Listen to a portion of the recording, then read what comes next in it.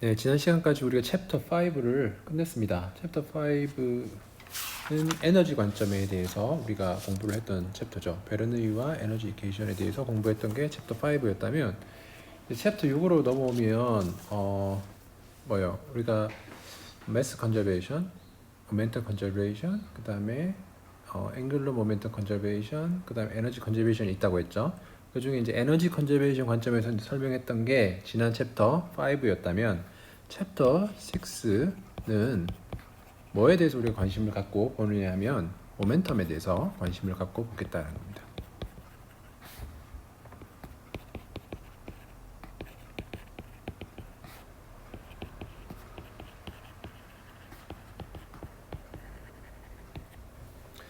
모멘텀 어널리시스 오브 플로우 시스템, 유체 관점에서 모멘텀 어널리시스를 하는 게 지금 우리가 오늘 하려고 하는 내용이죠. 자, 뭐부터 시작하냐면 우리가 뉴턴의 제2법칙으로부터 접근을 해야 돼요. 뉴턴 제2법칙이 뭡니까? 뉴턴 제2법칙은 F는 mass 곱하기 acceleration이죠. F는 ma, s 곱하기 acceleration이에요. 자, 얘를 속도의 관점으로 표현하면 v 벡터 over dt라고 쓸 수 있죠. 이렇게 쓸 수 있고, 만약에 이 매스가 만약에 컨스턴트 하다면 요 안에 집어넣어도 아무 관계없죠. mv 벡터 over dt 이렇게 쓸 수도 있죠. 자, 이렇게 썼어요. 자, 이렇게 쓰게 되면 요 안에 들어가 있는 mv 벡터가 뭡니까? 이게 결국 모멘텀이 되죠. 모멘텀.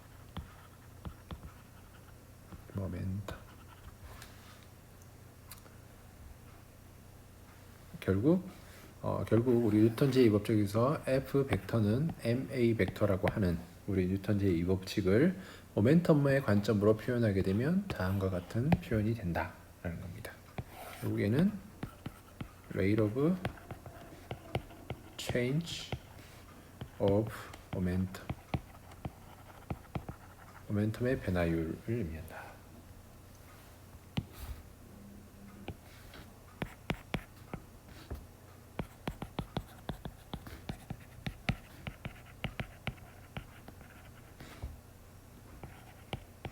모멘텀이 한국말로 운동량이잖아요. 운동량의 관점으로 표현한 식이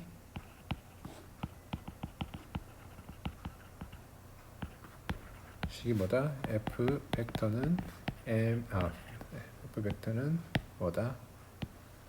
dmv 벡터 dt라는 거예요. 됐죠? 여기까지 괜찮으시죠? 자, 그래서 유체역학에서 뉴턴 세컨드 로우라고 하면 요 dmv 벡터 over dt라고 보시면 되고, 이걸 가지고 뉴턴 제2법칙을 설명합니다. 이 식을 만족하는 것을 뭐라고 부르냐? 모멘텀 컨저베이션이라고 부르는 거예요. 괜찮죠? 무슨 말인지 아시겠죠? 자, 얘를 우리가 유체역학에서 모멘텀 컨저베이션이라고 한다.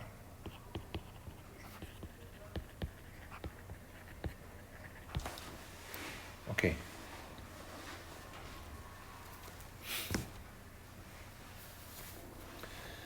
우리 이제 회전에 대해서 얘기를 좀 해보면, 다이내믹스 예전에 여러분도 지난 학기에 아마 공부를 했을 건데요. 다이내믹스에서 이제 모멘트라는 개념이 나죠. 모멘트는 회전에 대한 얘기죠. 모멘트 or 뭐가 될 수 있어요? 토르크가 될 수 있죠. 토르크. 이런 것들. 얘는 어떻게 정의됩니까? i의 알파의 벡터 되죠. i의 알파 벡터. 여기서 i는 뭐예요? 질량 관성 모멘트죠. 모멘트 오브 이너시아. 매스 모멘트 오브 이너시아. 질량 관성 모멘트고, 얘는 뭡니까? 얘는 앵귤러 acceleration이 됩니다. 회전체에 대해서는 이렇게 표현하게 되죠. 회전체에 대해서. 자, 얘도 마찬가지로 우리가 지금 위에 있는 뉴턴 제2법칙은 직선 운동에 대한 관계식을 설명한다면 얘는 회전 운동. 이게 지금 제가 설명드리는 건 회전 운동에 대해서 설명하고 있는 거예요.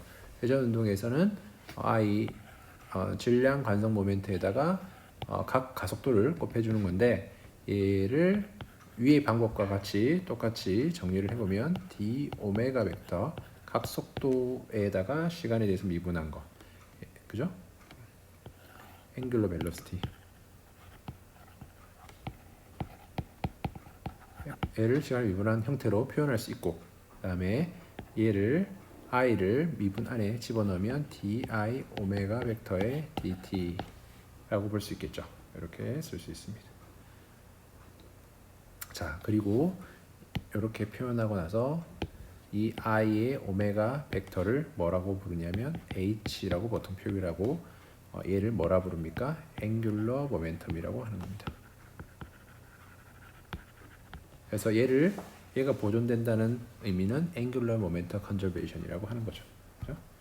그래서 얘 같은 경우에는 dh 벡터의 dt는 시그마 모멘트라고 표현되는 이 식을 뭐라고 부른다? angular momentum conservation이라고 부른다.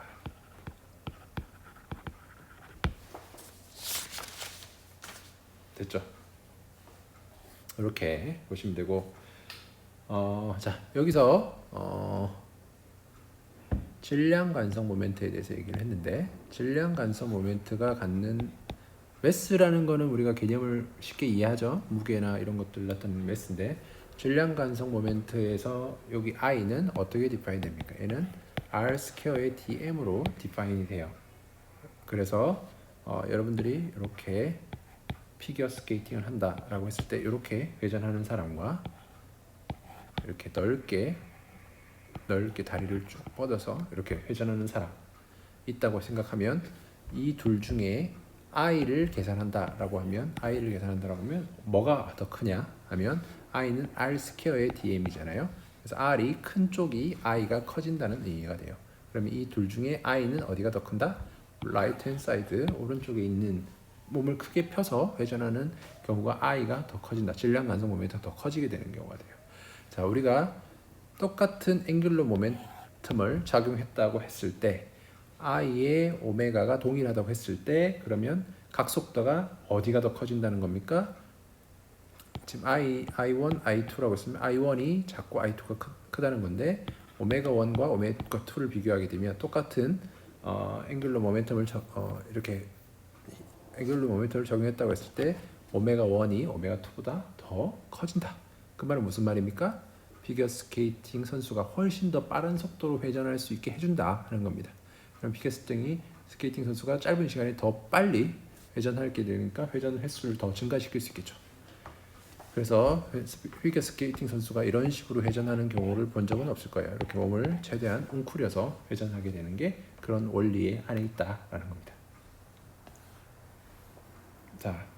자, 그러면 이제 선형계와 회전계에 대해서 좀 나누어서 정리를 좀 하고 넘어가죠. 이왕 나온 김에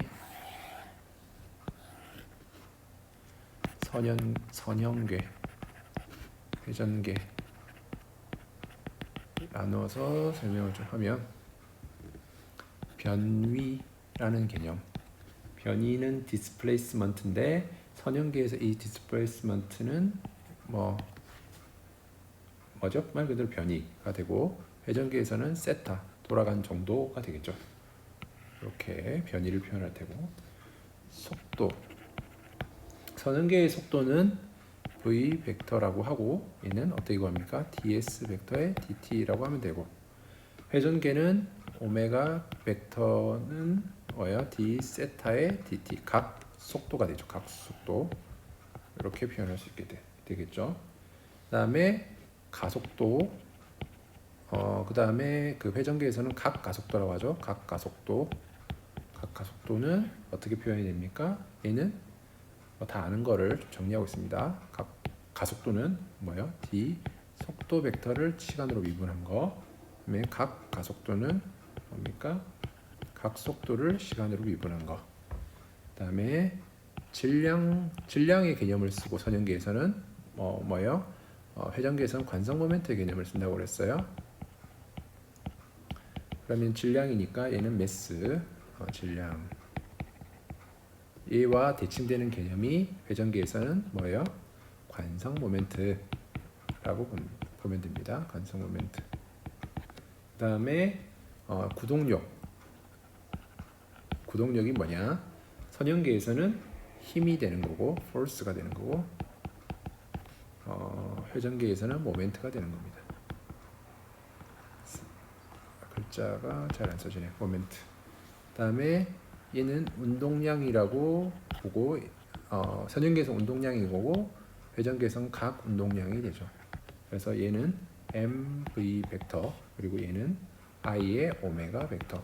그래서 선형계, 회전계 이렇게 두 개로 나눌 수가 있고, 운동량 보존 법칙이라고 하면 얘가 보존된다 이런 의미로 보시면 되고, 각 운동량 보존 법칙이라고 하면 얘가 보존된다 하는 의미라고 보시면 된다. 이렇게 해서 선형계와 회전계에 대해서 이렇게 정리를 하시면 될 것 같아요. 여기까지 해서 6-1 내용 마무리했습니다. 자, 6-2번 내용으로 넘어가 보겠습니다.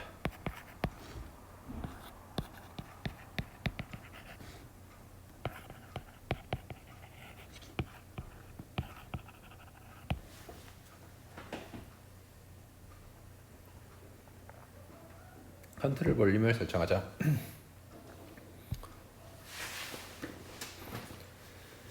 자, 일단 제가 필기를 뭐 이렇게 문장을 잘 안 쓰는데 이거는 좀 한번 써볼게요.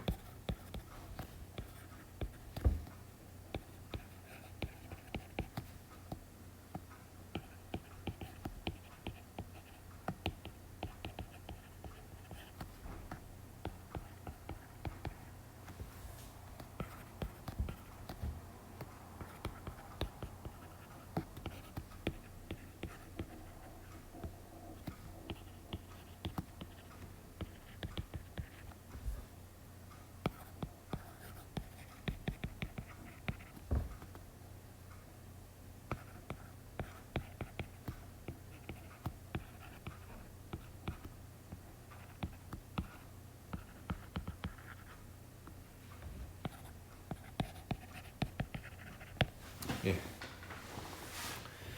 컨트롤 볼륨은 위의 문장의 의미는 한국말로 뭡니까? You can select any arbitrary space as control volume. 컨트롤 볼륨에 대한 정의를 할 때 어떤 개념이 반드시 어떻게 돼야 된다 이런 게 없다는 거예요. 뭐 여러분들이 원하는 대로 원하는 범위를 다 잡아서 해석하면 된다 이런 의미지만, 해석을 수월하기 위하여 뒷문장이 그런 의미잖아요. wise한 selection, 현명한 선택이 컨트롤을 현명하게 선택하는 게 뭐다? 솔루션을 쉽게 얻게 하는 데 도움이 된다라는 거예요. 예를 들어 볼게요. 무슨 말이냐?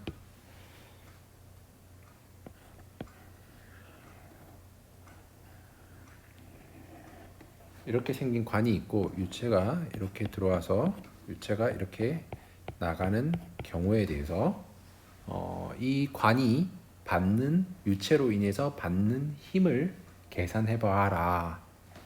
예를 들어서 관이 예를 들어서 이렇게 고정이 돼 있다. 고정이 돼 있는데 지금 유체가 이렇게 들어오고 나오는 힘 때문에 이 관이 받는 힘이 있을 거 아니에요? 이 관이 받는 힘이 있는데 받는 힘을 계산을 만약에 해야 되는 그런 문제라면 어떻게 컨트롤 볼륨을 정의하는 게 좋을 것인가 하는 거예요.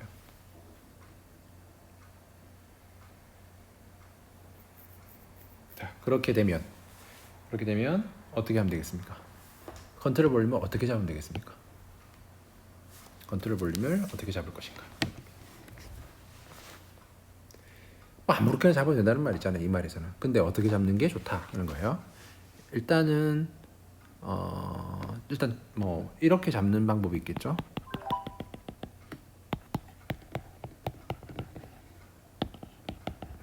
죄송합니다.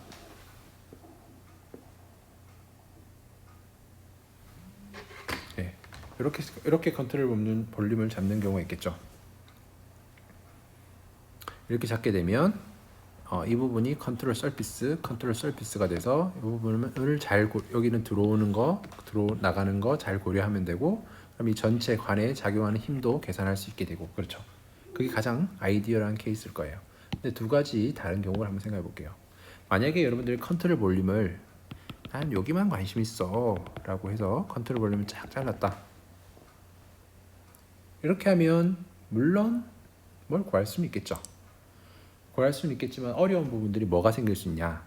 자, 어려운 부분이 뭐가 생길 수 있냐면 여러분들이 요 면에서 속도 프로파일이 어떻게 되는지 볼 수도 없고 측정할 수도 없고 알 수도 없잖아요. 물론 실험 장비를 뭐 잘해서 할 수도 있겠지만 하는 게 어렵다. 물론 여기도 뭐 컨트롤 이렇게 잡았다. 예를 들어서 이렇게 잡아서 이렇게 했다 해도 이 부분의 속도 프로파일 알기도 어렵고 구하기도 어렵고 찾기도 어렵다 하는 거고, 또 다른 단점이 뭐가 있을 수 있겠습니까? 생각해 보세요. 자, 이 문제에서 우리가 원하는 게 뭡니까? 관이 유체로 인해서 받는 힘을 계산해라 라고 했는데, 관의 전체에 대한 힘을 우리가 구해야 되는 문제인데 컨트롤 볼륨이 이렇게 잡았어요. 그러면 이게 전체 관을 대변하는 겁니까? 아니라는 겁니다. 관의 일부만 설명하는 거기 때문에 전체 이 관으로 인해서 작용하는 요 기둥에 작용하는 힘을 구할 수 없게 된다는 겁니다. 그렇게 되면 우리가 원하는 컨트롤 볼륨 전체를 구할 수 없게 되는 거고, 또 한 가지 익스트림한 케이스를 또 설명해 보면 여러분들이 만약에 컨트롤 볼륨을 이렇게 크게 잡을 수도 있다는 거예요. 그죠? 실제 이 관보다 훨씬 더 큰 도메인을 잡을 수도 있다. 이렇게 잡을 수는 있죠. 잡을 수 있는데 문제가 뭐가 되겠습니까? 그렇게 되면 컨트롤 서비스로 들어오고 나오는 게 없어요. 그죠? 이렇게 되면. 그죠? 들어오고 나오는 게 없고, 그 컨트롤 서비스에 대한 이펙트가 뭐예요? 언스테디한 이펙트로 다 추가돼 버려서 풀기가 어려워지는 문제가 되는 거예요. 그죠? 그래서 제가 하고 싶은 얘기는 뭐냐면 컨트롤 볼륨을 직관적으로 잘 디파인 하는 게 문제를 푸는데 훨씬 더 수월하다 하는 얘기를 하는 겁니다. 됐죠? 자, 그리고 컨트롤 볼륨은 반드시 픽스드 돼야 되는 것만은 아닙니다. 예를 들어서 여러분들이 이렇게 생긴 비행체가 있다 라고 할게요. 비행체가 있는데 비행체가 V라는 속도를 가지고 이동하고 있다 하는 거예요. 자, 이 비행기가 받는 힘을 구하고 싶습니다. 만약에 여러분들이 비행기가 받는 힘을 구하고 싶은데 이런 경우에 여러분들이 컨트롤 볼륨 픽스드 해버리면 어떻습니까? 어떤 시간 t라는 타임에서는 얘가 비행기가 이 안에 들어와 컨트롤 볼륨 안에 들어와 있겠죠. 근데 시간 t 플러스 dt가 되면 컨트롤 볼륨은 멈춰 있지만 비행기는 v라는 속도로 이동을 해버리니까 컨트롤 볼륨 밖으로 이렇게 튀어나가 버리는 문제가 생길 수 있어요. 그죠? 그죠? 우리가 디파인 컨트롤 볼륨 밖으로 튀어나갈 수 있어요. 그럴 때는 컨트롤 볼륨도 같이 이동하게 하면 되겠죠. 그러면 결국 렐러티브 벨로시티를 이용할 수 있다. 렐러티브 벨로시티는 앱솔루트 벨로시티 마이너스 컨트롤 볼륨의 속도, 실제로 컨트롤 서피스의 속도로 고려할 수도 있고요.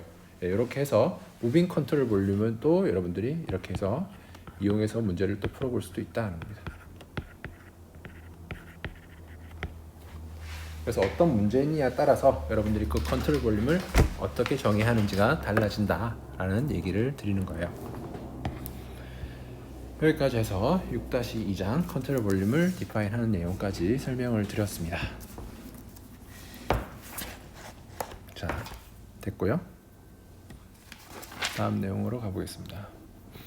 6-3. 저는 가급적이면 책이랑 같이 맞춰서 나가려고 노력을 해요. 왜냐하면 여러분들 책으로 또 같이 공부하시려면 비교하면서 공부하는 게 도움이 되기 때문에 가급적 책 내용이랑 매칭하려고 합니다.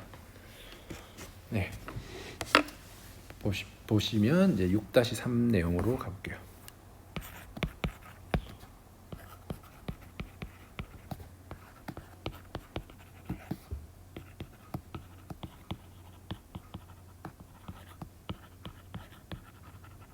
컨트롤 볼륨에 작용하는 힘. 컨트롤 볼륨에 작용하는 힘. 자,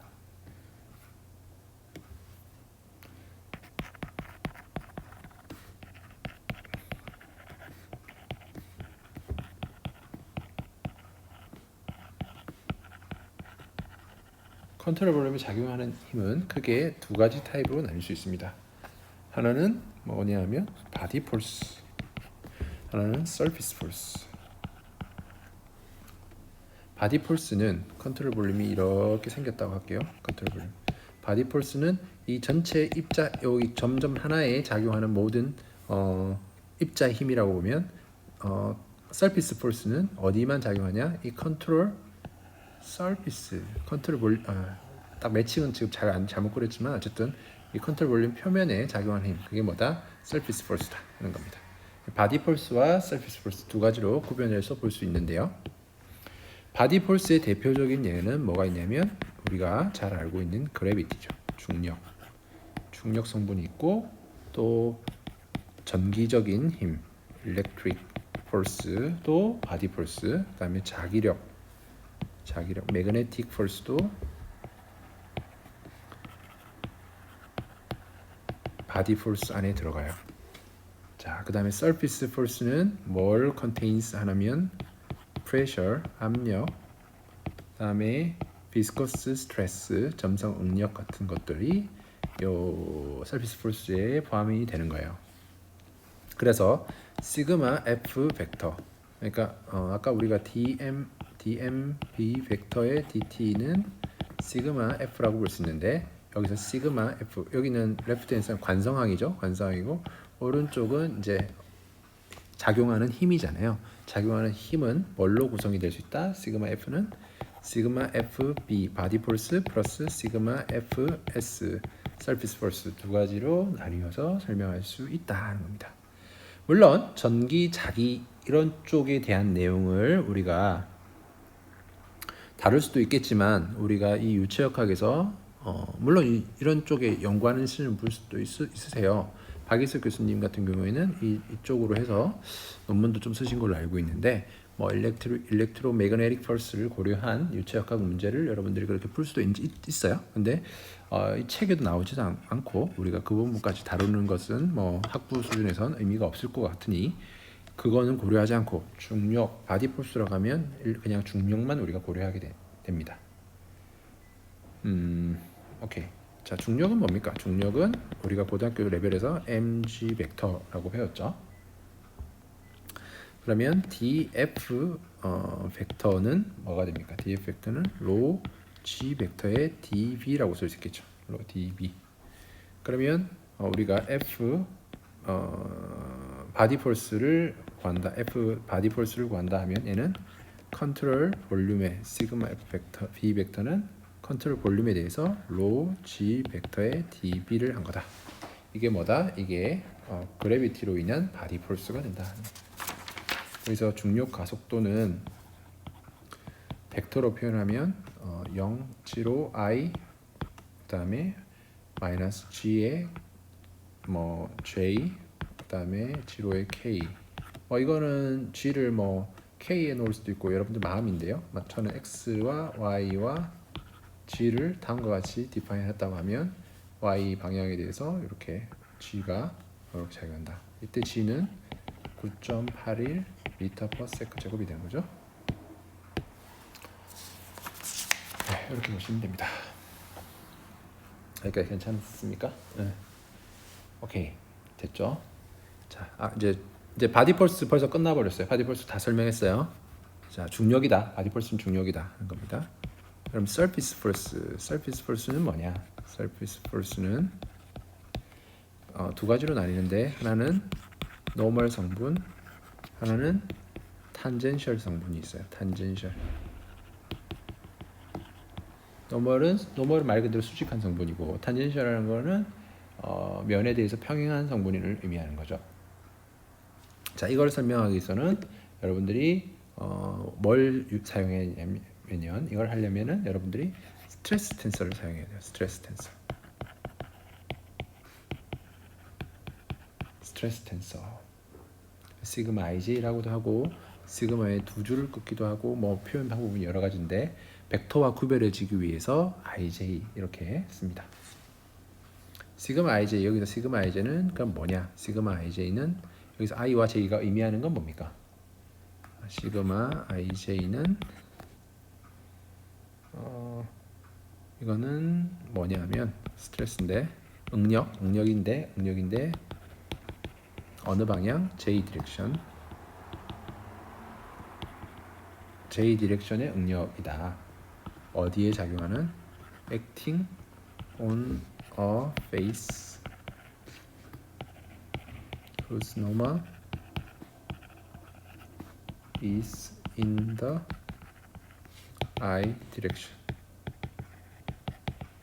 무슨 말이냐 하면, 예를 들어서 여러분들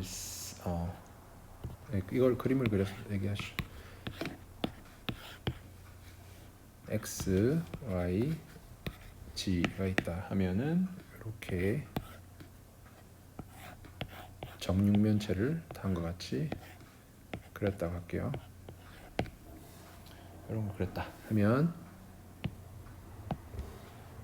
시그마 xy라고 하면 이렇게 요 오른쪽 면에 작용하는 힘인데 시그마 응력인데 시그마 xy가 되죠. 얘가 시그마 xy가 되는데 결국 이거 위에 있는 글과 매칭을 시켜보면 J 디렉션, 그러니까 일단 먼저 이거부터 설명할게요. I 디렉션과 수직인 면, 지금 x고 지금 이 면이 뭐예요? 이 x와 수직이잖아요, 그죠? 그렇기 때문에 이 면에 작용한다 이 말이 되는 거고, 첫 번째 x가요.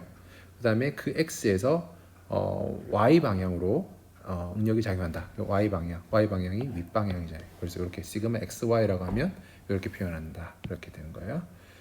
그러면 요거는 뭐겠습니까? 요거는 어느 면의 수직입니까? 이거는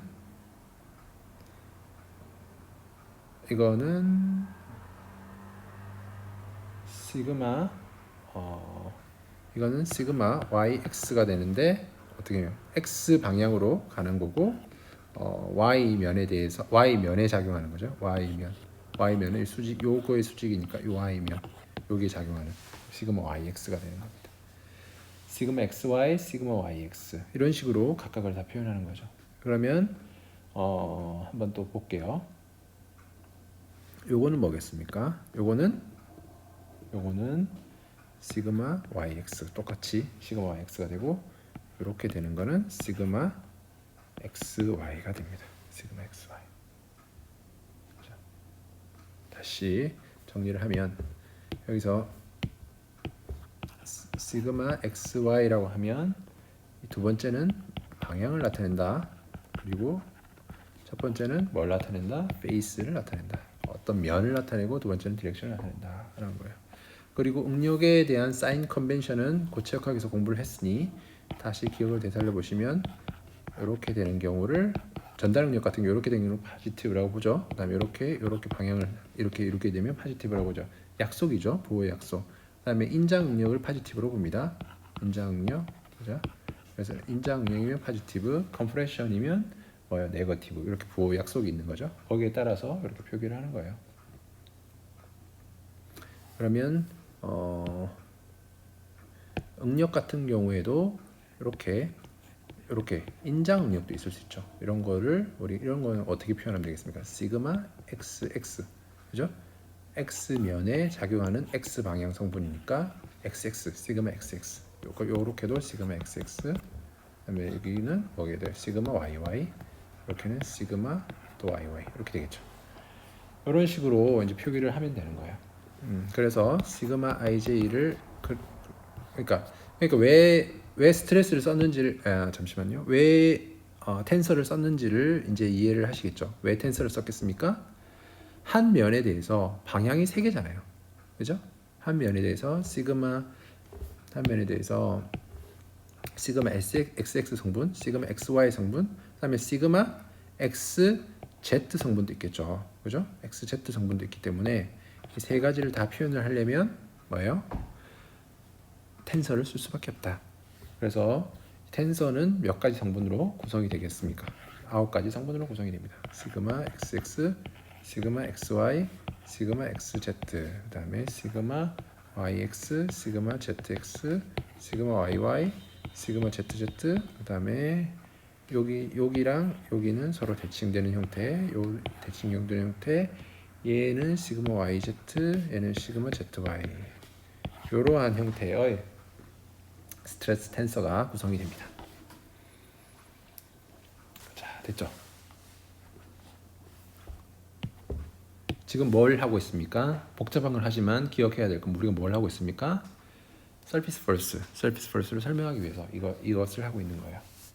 그러면 시그마 xx, 시그마 yy, 시그마 zz는 뭐라고 부릅니까? 노멀 스트레스라고 불러요. 노멀 스트레스. 그다음에 이거는 뭐랑 합친 거예요? 프레셔, 압력과 플러스 노멀 스트레스를 합친 거예요. 여기서 노멀 스트레스는 프레셔 말고도 그럼 노멀 스트레스가 있습니까? 라는 질문을 할 수 있는데 있습니다. 예, 그건 속도, 예를 들어서 라운드 U의 라운드 X와 같이 속도 X 방향으로 X 방향 속도가 U잖아요. 거기에 대해서 X 방향에 대한 속도 변화가 뭐예요? 인장으로 작용할 수 있기 때문에 그런 경우에는 압력 이외에도 노멀 스트레스가 존재할 수 있다는 겁니다. 그렇기 때문에 시그마 얘를 이렇게 표현한다. 근데 이거는 비압축성 가정에 의해서 날아가긴 합니다. 어쨌든 참고로 이렇게 알아두시고 시그마 xy, 시그마 zx, 시그마 yz 뭐 이런 여러 가지 성분들이 있었잖아요. 총 6개겠죠. 주대가 킹열 빼고 6개. 얘들은 시어 스트레스가 됩니다. 시어 스트레스. 얘는 뭐 때문에 발생하는 겁니까? 점성력 때문에 생기는 비스코스 스트레스라고도 부릅니다. 점성 응력이라고도 부르죠. 자, 그래서 이 D 이제 F의 서피스 포스를 정의를 해야 되는데 얘는 어떻게 정의할 수 있다? 시그마 ij의 노멀 벡터의 dA를 해서 이렇게 정의할 수 있다. 여기다가 왜 노멀 벡터를 곱하느냐? 왜 굳이 노멀 벡터를 곱하느냐 하는 질문이 생길 수도 있겠죠. 안 생기나요? 왜 곱하겠습니까? 자, 응력을 우리가 정의할 때 이렇게 해서 양, 다음에 이렇게 해서 양 했어요. 시그마 xy, 시그마 xy, 그죠? 이렇게 했어요. 뭐 이렇게 했다 하면 어떻습니까? 지금 이 노멀 벡터는 오른쪽 같은 경우에는 오른쪽 이렇게 되는 게 포지티브고 왼쪽은 이렇게 되는 게 포지티브잖아요. 그러면 지금 시그마 xy와 얘를 다 프로덕트를 하면 뭐 어떤 부호가 된다고 하면 얘와 얘는 서로 얘는 마이너스 노멀 벡터가 마이너스잖아요. 그렇게 되면 얘랑 곱하기 하게 되면 어떻게 되냐면 얘가 방향이 이렇게 돼요. 그죠? 힘의 방향이 위쪽이 양이고 아래쪽이 음이잖아요. 이렇게 디파인 하듯이. 그러니까 응력의 방향과 힘의 방향을 서로 일치시켜 주기 위해서 노멀 벡터를 다 프로덕트를 해줘야 된다. 힘의 방향과 응력의 방향과 힘의 방향을 일치시키기 위해서 필요한 거다라고 기억하시면 됩니다. 뭐 물론 기억 안 하셔도 되고 그냥 이렇게 받아들이셔도 됩니다. 네. 이해하기 어려우신 분들은 그냥 그런가 보다 하고 받아들이시면 될 것 같습니다. 그래서 시그마 F 서피스 포스는 결국 컨트롤 서피스에 대해서 이렇게 적분하는 성분이다. 이렇게 해서 구할 수 있다. 결국 이제 다 했어요. 시그마 F 벡터는 두 가지로 구성이 되는데 시그마 바디 폴스, 그다음에 시그마 서피스 폴스 이 두 가지 합의를 했어요. 근데 바디 폴스는 우리가 다루는 경우는 중력밖에 없다고 했습니다. 그래서 로지 dB라고 하면 되고 서피스 폴스는 컨트롤 서피스에 작용하는 힘이고 시그마 ij의 노멀 벡터의 da라고 하면 된다는 겁니다. 이렇게 해서 바디 폴스, 서피스 폴스 다 할 수 있다는 겁니다. 그럼 우리가 운동량 보존 법칙을 다시 기억을 해서 써보면 mv 벡터 dt 운동량 보존 법칙은 로 g의 dB 플러스 시그마 ij의 노멀 벡터의 da 이렇게 쓸 수 있다라는 겁니다. 이 식이 여러분들 책의 6-11번 식이에요. 6-11번 식.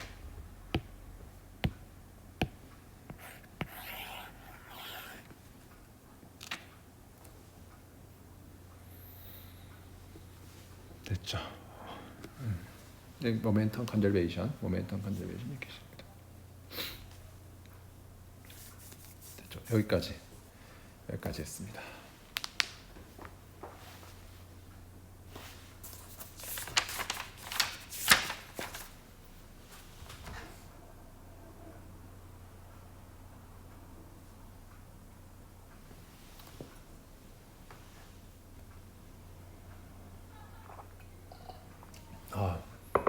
목이 아프네요.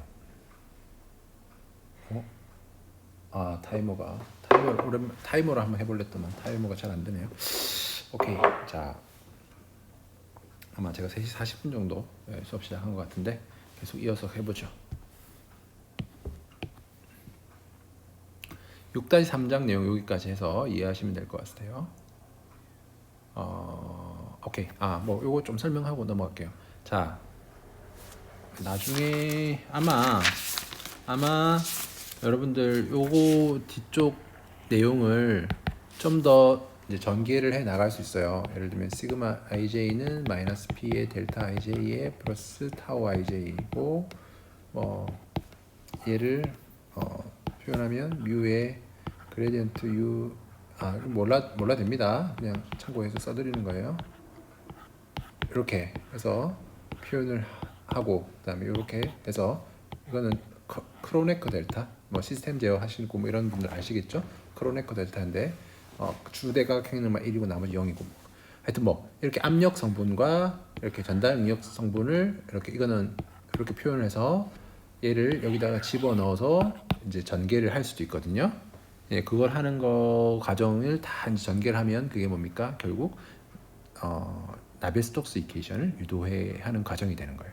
그래서 여기서부터 출발하는 겁니다. 여기서부터 출발해서 나베스톡스 이퀘이션까지 쭉 이제 전개하는 게 되는 건데, 이제 일단은 그거는 응용 유체역학에서 할 거고, 이제 우리가 유체역학에서는 그 부분을 따로 공부를 하지 않아요. 자, 지난 학기 때 이거 다 유도를 해드렸는데, 유체역학 수업하면서 다 유도를 해드렸는데, 뭐 굳이 뭐 그럴 필요 없을 것 같아서 일단 그거는 스킵을 하도록 하겠습니다. 6-4장 내용 가보겠습니다. 이번 학기 끝날 때 시간이 남으면 물론 좀 해드리도록 할게요. 리니어 모멘텀 이퀘이션 6-4장 내용으로 넘어왔습니다. 오케이. 자, 레이놀스 트랜스포트 디어럼이 이제 필요해요. 이걸 하려면 레이놀스 트랜스포트 디어럼 dBsys dt는 뭐라고 했습니까? d의 dt의 베타의 로의 dB 플러스 베타의 로의 VR 벡터 닷의 n 벡터의 da라고 하는 레이놀스 트랜스포트 디어럼을 다시 기억하셔야 되고, 여기서 베타는 dB over dm이라고 한다고 했죠. dB over dm이라고 한다 했는데, 지금 우리가 고려하는 거는 B가 뭡니까? 운동량이잖아요. 그럼 B를 mv 벡터를 생각하면 되고, 결국 베타는 v 벡터라고 생각하면 돼요. 그렇죠? 그러면은 그 베타 대신에 v 벡터를 넣겠다 하면 이 식이 D의 모멘텀을 이렇게 쓰고, 이렇게 쓰면 이게 이렇게 되죠. 얘가 D의 dt의 v 벡터라고 했어요. v 벡터의 로의 dB 이렇게 쓸 수 있고, 베타가 v라고 했죠. 그러면 v 벡터의 로의 vr 벡터 닷 n 벡터 da가 됩니다.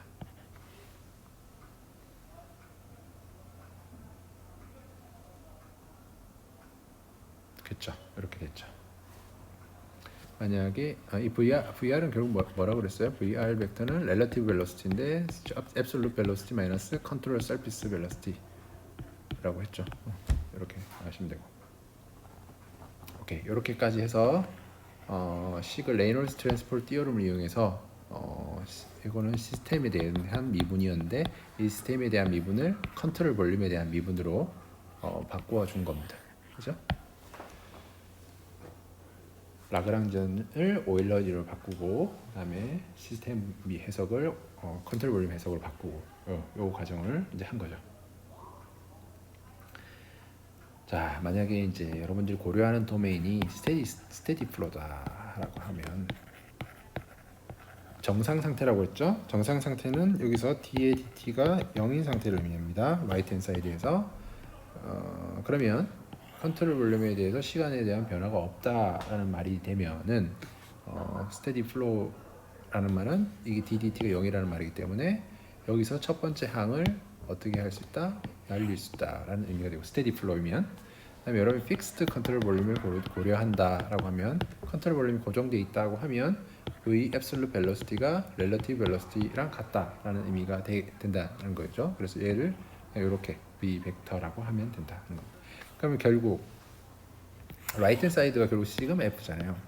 시그마 f 벡터를 뭐라고 쓸 수 있다 하면 적분해서 컨트롤 서피스에서 로 v 벡터의 n 벡터의 da라고 우리가 쓸 수 있게 됩니다.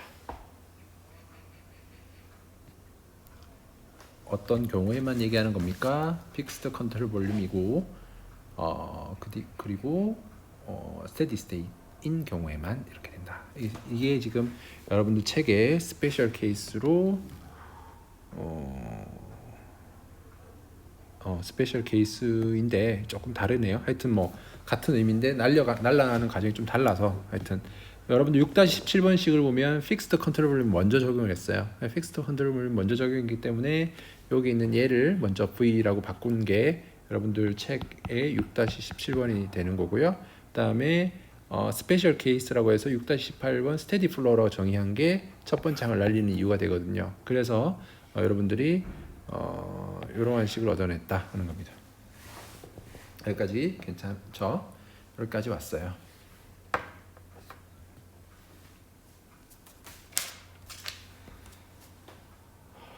자,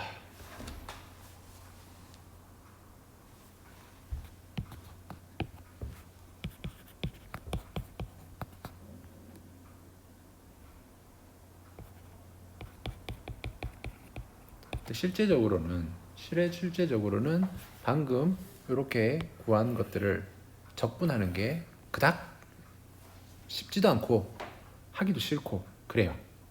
그죠? 속도 벡터가 넌 유니폼이면 면적에 대해서 넌 유니폼이면 거기에 대해서 다 적분을 해야 정확하게 구할 수 있잖아요. 근데 물론 컴퓨터를 이용하면 다 할 수 있는데 뭐 손으로 하려면 좀 번거롭습니다.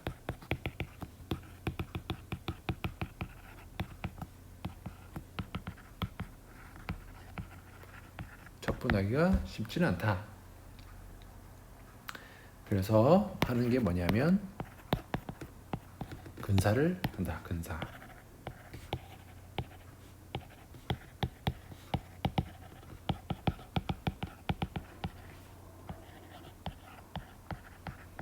심플리파이드 된 알제브라를 한다라는 거예요.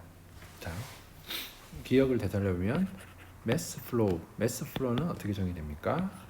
로의 v 벡터의 n 벡터의 da라고 했어요. 이게 매스 플로우예요. 면적에 대해서 크로스 섹션을 면적에 대해서 이렇게 하면 매스 플로우예요. 자, 우리가 지금 쓴 식도 있잖아요. 잘 보면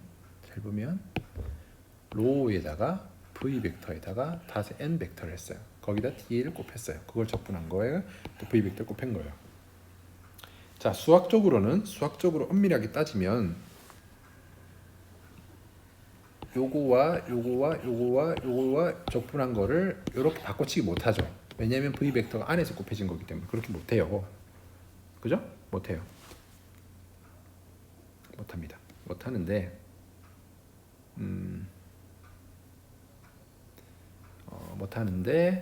그냥 편의상 그러니까 근사적으로 아까부터 계속 얘기하는 근사적으로 얘와 얘를 곱한 거를 그냥 m 다시라 보고 그래서 다시 이렇게 가져와서 쓸게요. 너무 정신 없어지네. AC의 로 v 벡터의 n 벡터의 da를 적분한 놈을 로 v avg의 ac의 v의 avg로 편의상 이렇게 한다는 겁니다. 이렇게 한다. 그러면은 얘를 m 다시라고 보고 얘를 v의 avg로. 자, 이거는 근사하는 과정입니다. 근사. 그렇죠? 그래서 실제로는 이렇게 적분해서 풀어야 되는데 편의상 이렇게 간단한 식으로 해서 풀기도 한다라는 거예요. 자, 이렇게 하게 되면 우리가 아까 보여드렸던 식을 다시 정리하면 f 벡터는 d의 mv 벡터의 선형 운동량을 계속 얘기하고 있는 겁니다. 선형 운동량을 얘기하고 있습니다. 얘는 지금 시스템 미분이죠. 시스템 미분인데 얘를 RTT를 적용해서 d의 dt의 로 v 벡터의 dv에 플러스 이제 여기에 right hand side 여기 두 번째 항에 적분 형태의 폼이 아니라 그냥 알지브릭한 형태로 m 닷의 v의 avg 마이너스 시그마 인의 m 닷의 v의 avg 평균 속도를 의미하는 평균 속도. 이렇게 해서 이렇게 표현할 수 있다. 됐죠?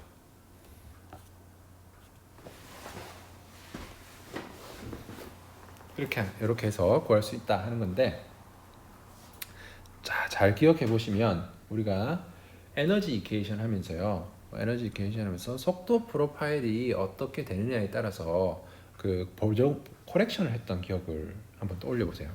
5장에서 했기 때문에 얼마 지나지 않았기 때문에 기억날 거예요. 알파라고 했고 그때 카이네틱 에너지의 액추얼, 그다음에 카이네틱 에너지의 평균 해서 어떻게 A분의 1의 V의 ABG분의, 이건 지난 노트를 한번 살펴보세요. 이렇게 해서 3승의 DA, 그래서 이 알파를 가지고 2G분의 알파의 V 제곱 뭐 이런 식으로 해서 카이네틱 에너지를 보정했던 경우가 있었습니다. 뭐 때문에 보정했다고 그랬어요?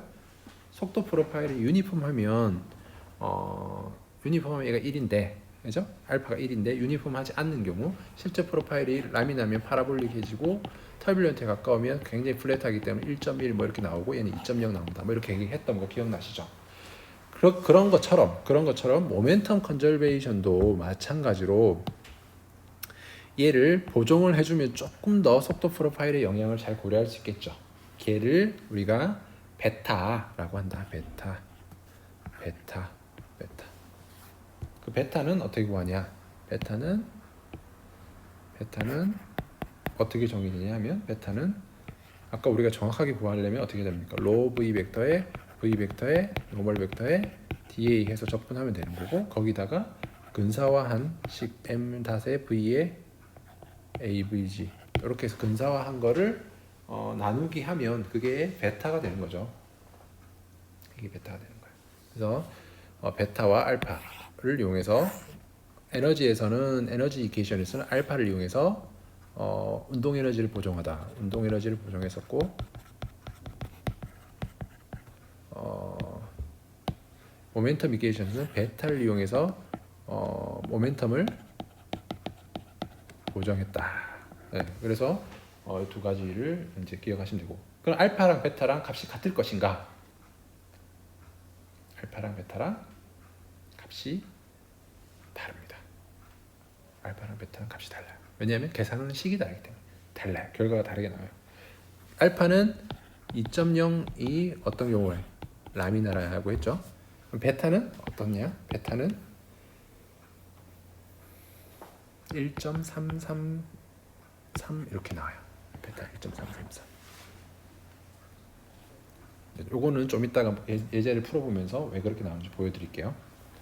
자, 오케이. 이렇게 해서 자, 만약에 여러분이 스테디 플로우를 푼다 하면 어떻게 풀면 되냐?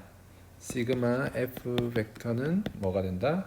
시그마 아웃 나가는 거에 베타의 m 닷 v 벡터 마이너스 시그마 인의 베타의 m 닷 v 벡터 이렇게 해주면 이게 뭐다? 이게 스테디 리니얼 모멘텀 이퀘이션이 된다. 스테디 리니얼 모멘텀 이퀘이션. 이게 여러분들 책이 없나요? 스테디 케이스를 안 적어놨으니까 없네요. 하여튼 이렇게 해서 스테디 있을 텐데 6- 있네요.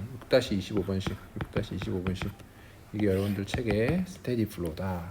스테디 플로우 됐죠? 6-25번씩. 만약에 특별히 속도 프로파일이 주어져 있지 않는 경우에는 그냥 베타를 그냥 1로 놓고 푸셔도 크게 크게 문제 없이 풀 수 있습니다. 주어져 있지 않아요. 속도 프로파일 모르는 경우에는 그냥 근사로 어차피 근사로 때려 푸는 문제잖아요. 그렇기 때문에 그냥 1로 놓고 푸셔도 크게 문제 없습니다. 주어지지 않는 경우. 자, 오케이 됐죠? 자, 여기까지 했습니다. 여기까지 했고, 예제 한번 볼게요. 예제 6-1번 한번 보겠습니다. 자, 이거 뭘 하는 거냐면, 제가 한번 읽어볼게요. 200페이지 258페이지 내용입니다.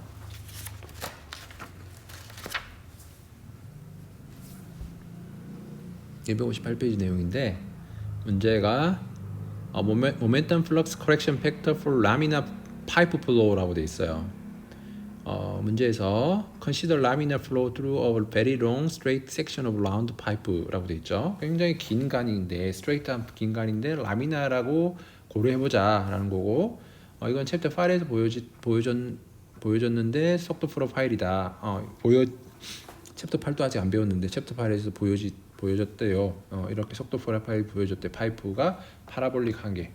그러면 그림 6-15라고 했는데 파라볼릭하다는 말, 파라볼릭하다는 말은 이렇게 파라볼릭하다는 의미입니다. 속도 프로파일 이렇게 된다는 겁니다. 관을 따라서 벽면에서 노슬립이니까 속도가 0일 테고 가운데는 관성에 의해서 속도가 0이 아닌 상태가 되겠죠.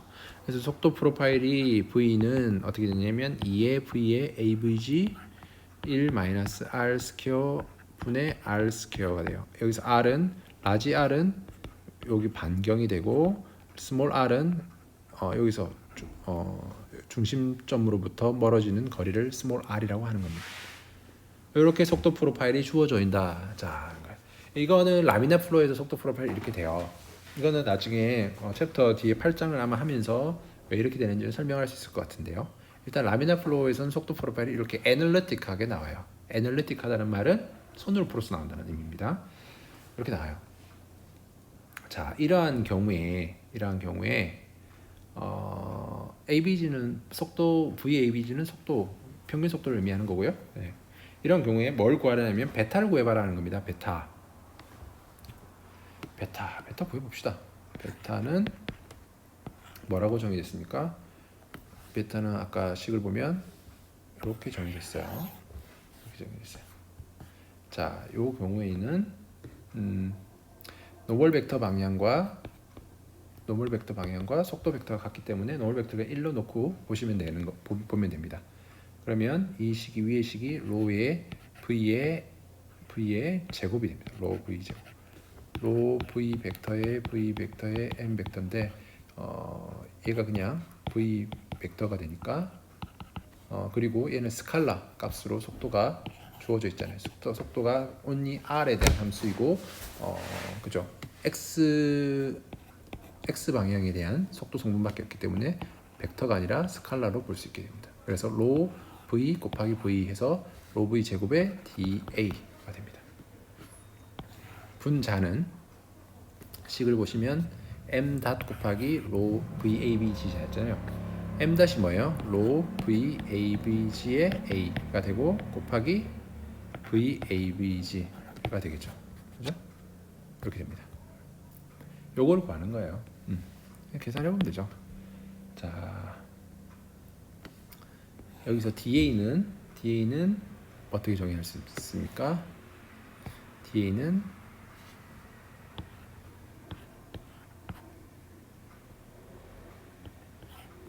R 뭐예요? 요 거리는 어떻게 에스티메이션 할 수 있습니까? 요 거리는 이게 R이라고 하면 R 세타라고 하면 D 세타라고 하면 되고, 그죠? 그다음에 요 폭은 어떻게 돼? DR이라고 하면 되죠. 그래서 DA는 R, DR, D 세타라고 하면 되죠. 이렇게 집어넣네요. 네, 그렇게 해서 수식을 풀어내면 적분을 두 번 합니다. 하나는 세타에 대해서 0부터 2파이, 그다음에 R에 대해서 0부터 R, 네, 여기다가 집어넣으면 로 V 제곱 R, DR, D 세타 이렇게 되죠. 그다음에 이거 나누기 로 V A B G 제곱 A 이렇게 됩니다. 여기서 A는 뭐가 됩니까? 파이 R 스퀘어가 되겠죠? 파이 R 스퀘어. 이제 적분하면 됩니다. 적분하면 되는데 해보죠. 적분. D셋 여기서 V가 세타에 대한 함수가 아니잖아요. R에 대한 함수이기 때문에 D세타와 R은 분리해서 얘기할 수 있고, 그러면 요거 적분을 따로 빼서 세타가 이렇게 나오면 2파이가 되고 0R 로 V 제곱 RDR 이렇게 되고 로 V ABG 제곱의 파이 R 제곱이 되겠죠. 네, 이렇게까지 왔어요. 요거 V 제곱 이제 진짜 까다로운 거 해야 되겠네요. V 제곱 얘를 제곱하면 되죠. 제곱하면 해야 되나요? 네, 하죠. 해드리기로 했으면 해야죠. 끝까지. 2파이의 로에 0부터 r까지 2v avg 1 마이너스 r 스퀘어의 제곱에 rdr 이렇게 되죠. 그다음에 로 v avg 제곱에 파이 r 제곱 이렇게 됩니다. 자, 정리를 하면 일단 봅시다. 날아가는 것부터 날려볼게요. 로 캔슬되고 파이 캔슬되고 하면 남는 거는 r 제곱 v a b g 제곱 분의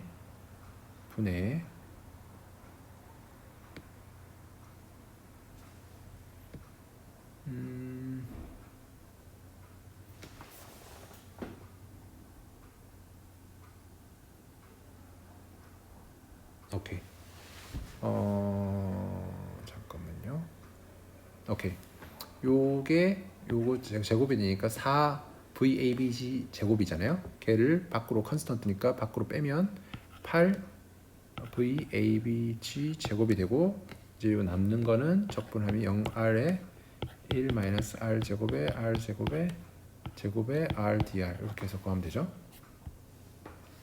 자, 이거를 하면 얘 캔슬되고 8 나누기 R 제곱이 되고 0R에 이제 적분하면 되는데 이거 다시 풀어서 전개를 해보시면 R 마이너스 R 제곱에 2R 3승 플러스 R 4승분의 R 5승이 됩니다. 이렇게 DR이 돼요.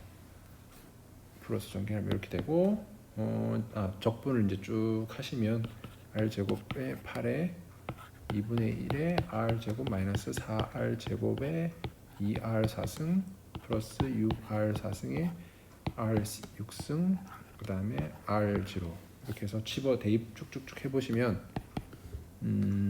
R을 여기다가 집어넣으면 첫 번째 두 번째 여기 R 집어넣으면 서로 캔슬이 돼요. 그 다음에 남는 건 R 요거 집어넣어주면 되고 그렇게 해보면 R 제곱분의 8에 6분의 R 제곱이 나와요. 결국 그래서 3분의 4라는 값이 나옵니다. 결국 뭡니까? 이 베타라는 개수가 라미나 파라볼릭 플로우에서는 3분의 4 아까 말씀드렸던 것처럼 1.333이라는 값이 나옵니다. 참고로 터뷸런트로 가게 되면 난류 유동으로 가게 되면 이 베타가 얼마에 가깝냐면 거의 1에 가까운 값이 나옵니다. 됐죠? 네, 여기까지 했습니다.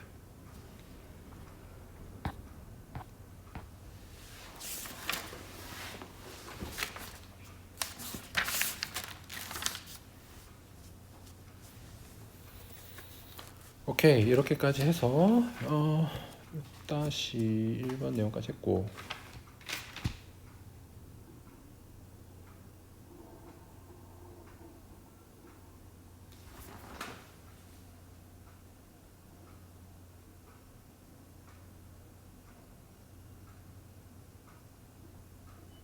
오케이, 이렇게 하면 될 것 같습니다.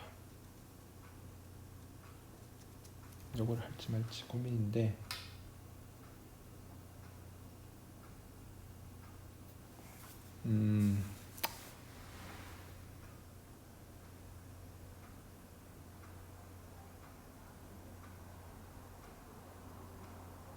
오케이. 자, 이렇게 했죠. 이렇게 했고 자, 이제 보시면 지금까지 우리가 했던 건 뭐냐 하면 기억을 해보시면 요거에 대해서 주로 얘기를 했고요. 아까 우리가 이제 열심히 구했던 서피스 폴스와 바디 폴스에 대해서는 별로 얘기를 안 했어요. 안 했죠. 오케이. 서피스 폴스, 바디 폴스에 대해서 주로 얘기를 안 했는데요. 자,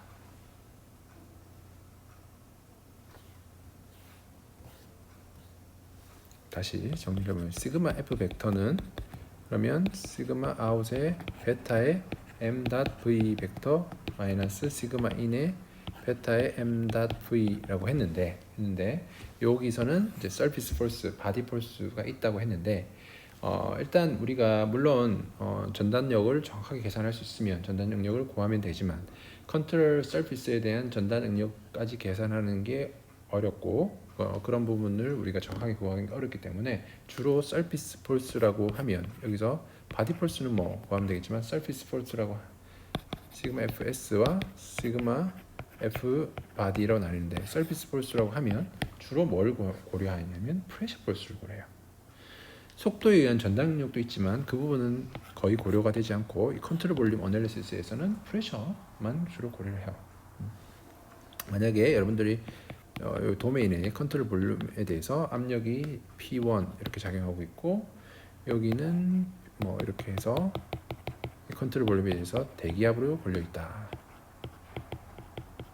PATM 여기도 PATM으로 이렇게 걸려 있는 상태다 하면 실제로는 컨트롤 서비스를 따라가면서 이 포스를 다 적분을 해봐야 되겠죠. 해봐야 되지만 이렇게 실제로 우리가 풀지는 않고 얘를 단순하게 시키는 방법이 뭐냐면 서로 프레셔가 서로 캔슬이 되겠죠. PATM의 힘만큼 캔슬이 되고 실제로 여러분들이 고려해야 되는 힘은 P1 PATM이 여기에 힘이 작용한다. 결국 게이지 프레셔잖아요 이게.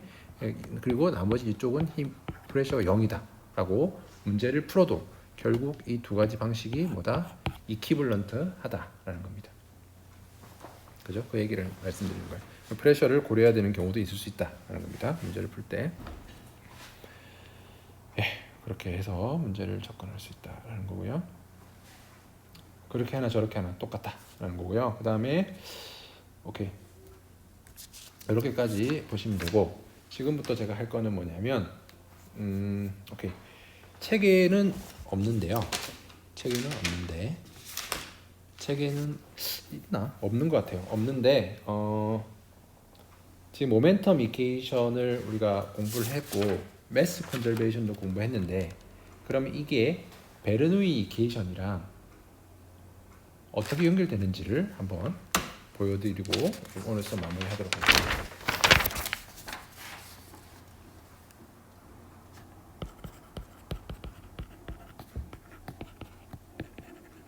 레이놀드 트랜스포트 티어럼 다시 돌아가 보겠습니다. dbsys의 dt는 d의 dt의 베타의 로의 db 플러스 베타의 로의 v 벡터의 n 벡터의 da 이게 뭐예요? 레이놀드 트랜스포트 티어럼이라고 했어요. 자, 매스 컨저베이션 같은 경우에는 여기다가 매스를 집어넣으면 되는 거예요. msys dt는 d의 dt의 로의 db 베타가 1이기 때문에 로의 db 플러스 컨트롤 서피스의 로의 v 벡터의 m 벡터의 da 이게 뭐다? 매스 컨저베이션이라고 했어요. 레이놀드 트랜스포트 티어럼을 통해서 이게 0인 게 매스 컨저베이션이었습니다. 그죠? 자, 얘는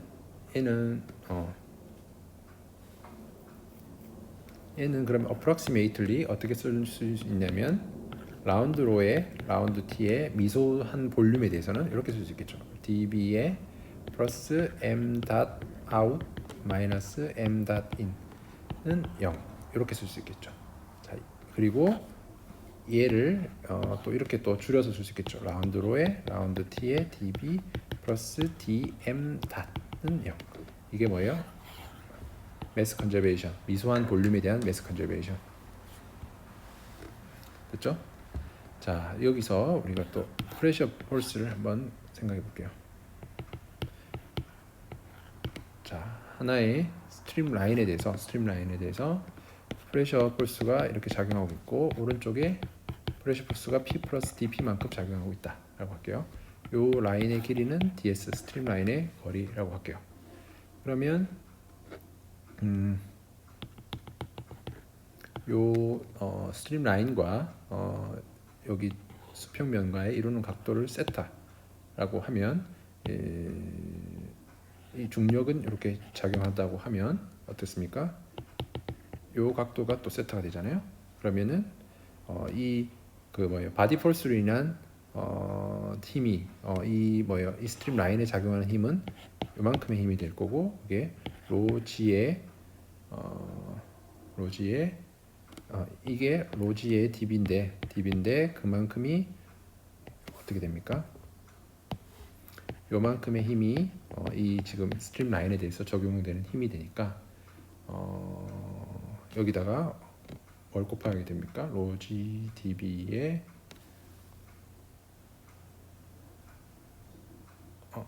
오케이 로지 dB가 되고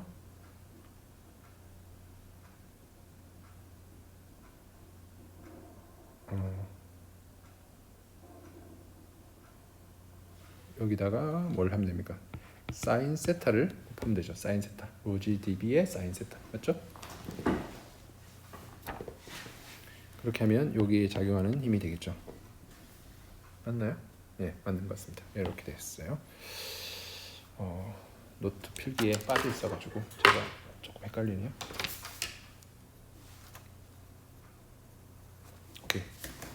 오케이. 그래서 시그마의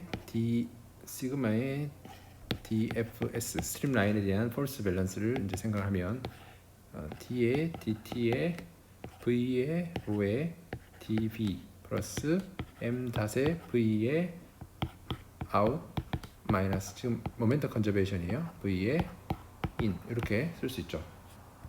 자, 얘를 지금 미수한 볼륨이라고 생각하면 라운드 T의 V의 로의 A의 지금 dB는 요만큼의 볼륨이잖아요. 걔는 요 면적을 우리가 A라고 보면 ADS라고 볼 수 있죠. ADS 이렇게 쓸 수 있죠.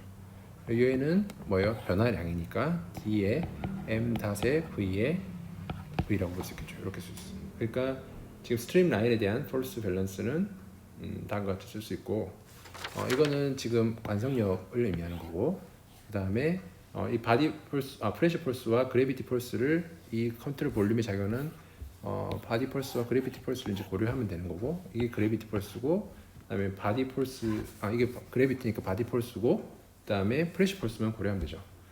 프레셔 폴스는 시그마의 dF의 S의 프레셔는 어떻게 됩니까? PA 프레셔 얘가 일방향으로 작용하는 힘 PA 마이너스 P 플러스 DP의 A 이렇게 되겠죠. 얘를 하면 뭐가 돼요? 요거 캔슬되고 마이너스 DPA가 되죠. 마이너스 DPA 됐죠. 마이너스 DPA 그리고 그래비티 방향으로 작용하는 힘은 마이너스 로지의 dB의 사인 세타인데 얘는 마이너스 로지의 ADS의 사인 세타가 되니까 요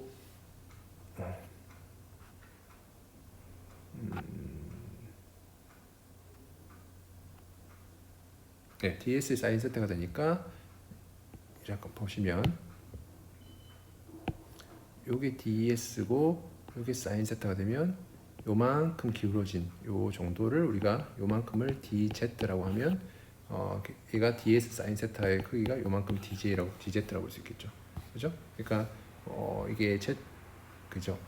스트림 라인 방향으로 얼마만큼 이렇게 올라가 있느냐 정도를 의미하는 거죠. 요거를 DZ라고 볼 수 있겠죠. DZ. 오케이. 이렇게 할 수 있어요. 이렇게 해서 이렇게 됐다. 그럼 요거를 다 결합을 시켜보면 시그마 F는 뭐가 된다? 마이너스 A의 DP 그다음에 요거 마이너스 로의 G의 A DZ 그리고 두 개 항목을 다 합쳤고요. 라이트 핸드 사이드는 아까 우리가 여기 했던 요 식을 가져오면 되죠. 얘를 쓰면 라운드 뭐였어요? 라운드 T의 V 로의 A의 DS 플러스 D의 M 닷의 V라고 했죠. 자, 이제는 요거를 전개를 좀 하겠습니다. 전개를 하면 어떻게 됩니까? 라운드 V의 라운드 T의 로에 ADS 플러스 체인 룰을 적용하고 있는 겁니다. V에 라운드 로에 라운드 T에 ADS가 되고 얘는 플러스 M 닷의 DB 플러스 V의 DM 닷 이렇게 쓸 수 있겠죠. 자, 여기서 결합할 수 있는 게 있는데요. 뭘 결합할 수 있냐면 요거과 요거를 잘 보시면 V로 묶어낼 수 있어요. 라운드 로에 라운드 T에 ADS 플러스 DM 닷이라고 할 수 있어요. 자, 이거 자세히 보시면 아까 우리가 매스 컨저베이션 할 때 이렇게 유도했죠. 여기서 db가 ADS잖아요. 지금 우리가 고려하는 컨트롤 볼륨에 대해서는 그죠? 그러면은 이게 결국 뭐랑 같습니까? 요거랑 같아요. 그래서 매스 컨저베이션에 의해서 이 항은 0이 됩니다. 그래서 요거과 요거는 매스 컨저베이션에 의해서 합쳐지면 0이 된다라는 거예요. 남는 거는 얘와 얘가 남죠. 그죠? 자, 그러면 다시 식을 정리를 해보면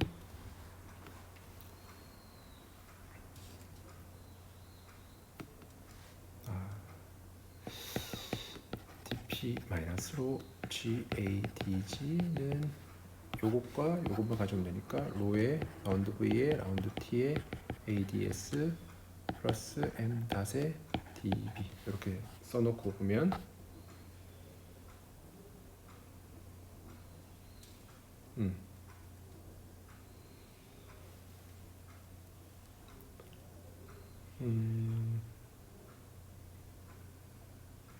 됐나요? 이렇게 써놓고 보면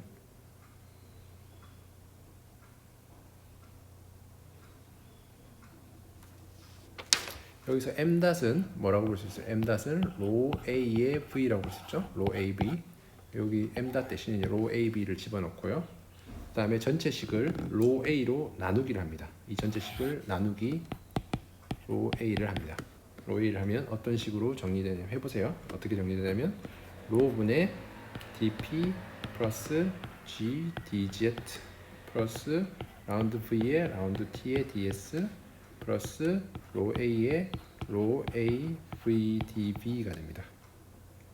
여기서 속도를 의미합니다. 뒤도 속도죠, 그죠? 이렇게 됩니다. 이렇게 되면 요거 캔슬 되니까 요거는 VDB가 되죠. 요거는 그래서 치우고 다시 쓸게요. 그래서 요거는 뭐가 된다? VDB가 된다. VDB 됐죠?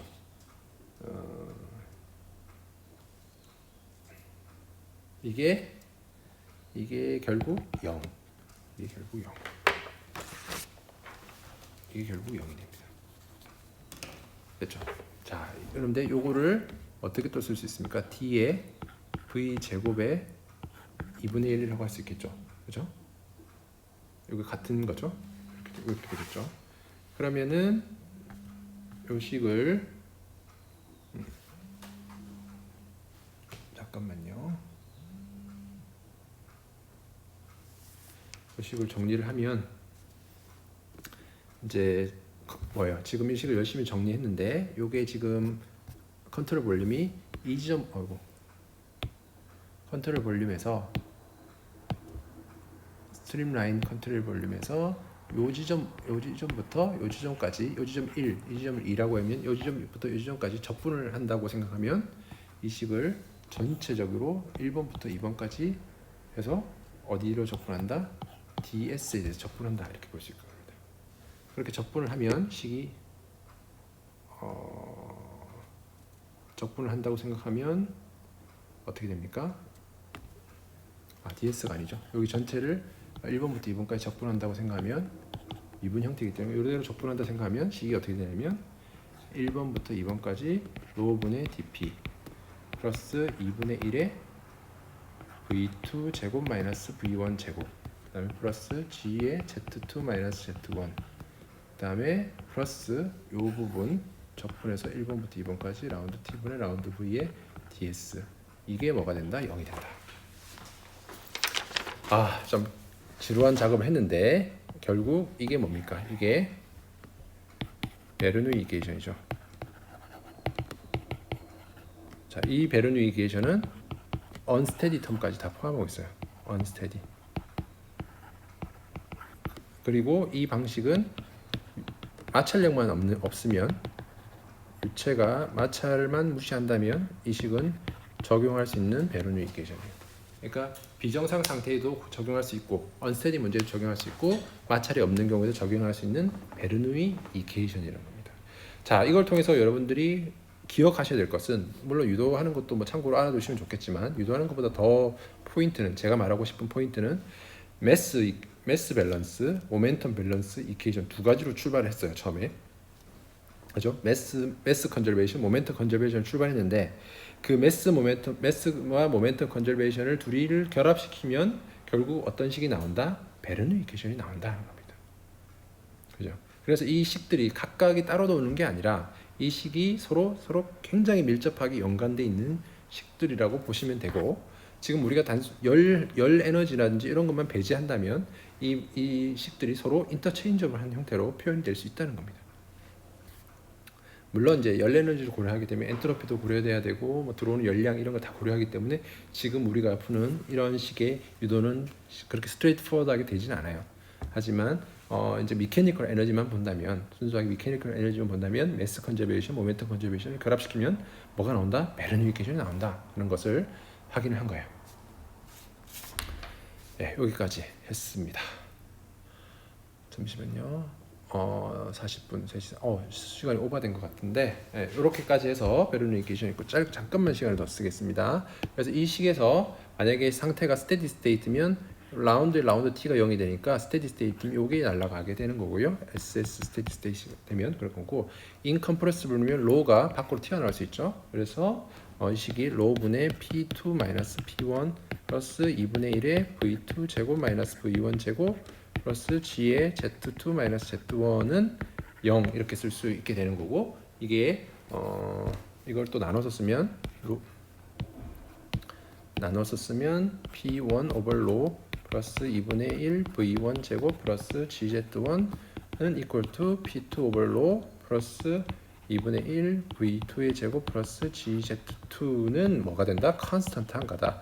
이게 지금 스트림 라인에 대해서 적분했기 때문에 스트림 라인에서 이 식이 만족한다.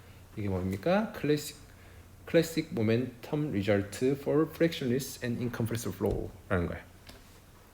자, 어쨌든 포인트는 따로 노는 게 아니다. 베르누이 이퀘이션이 따로 노는 게 아니라 매스 밸런스, 모멘텀 컨저베이션을 다 결합시키면 결국 베르누이 이퀘이션으로 유도된다. 서로 분리해서 이해하지 말고 같은 내용이다라는 것을 기억하시라는 의미에서 요거까지 유도를 해봤어요. 물론 책에는 없지만 참고로 공부를 해두시면 도움이 되실 것 같고, 이거 식을 유도하는 것보다 더 중요한 건 뭐다? 서로 이 연관성이 있다는 것을 머릿속으로 정확하게 이해하시는 게 더 중요하다는 겁니다.